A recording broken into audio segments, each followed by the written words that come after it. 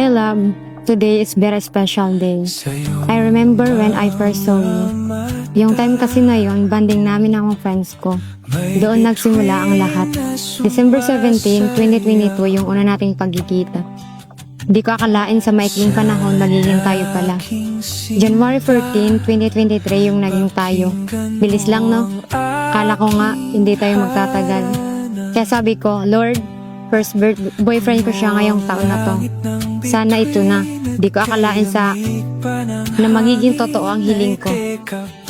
I'm so thankful kasi ikaw yung binigay sa akin ni Lord. Kaya love, thank you for being my partner, my friend, and my husband. Thank you for loving me, for caring me, and for being my rock. You are the reason why I'm happy.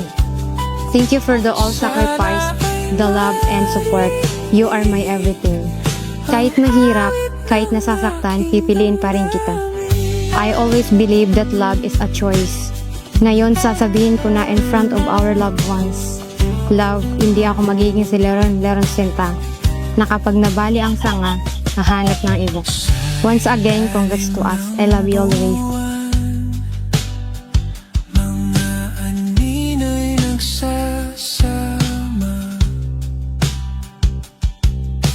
Sana aking sinta, pakinggan mo ang aking harana.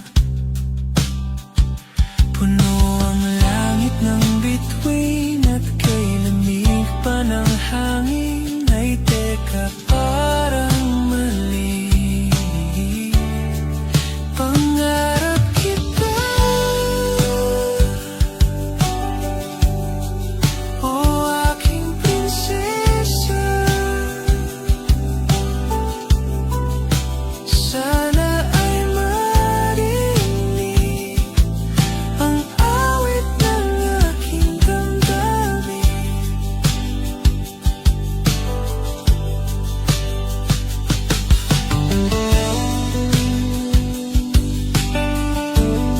Ang pinagsarong ng Diyos dai pagsuwayot ng tao.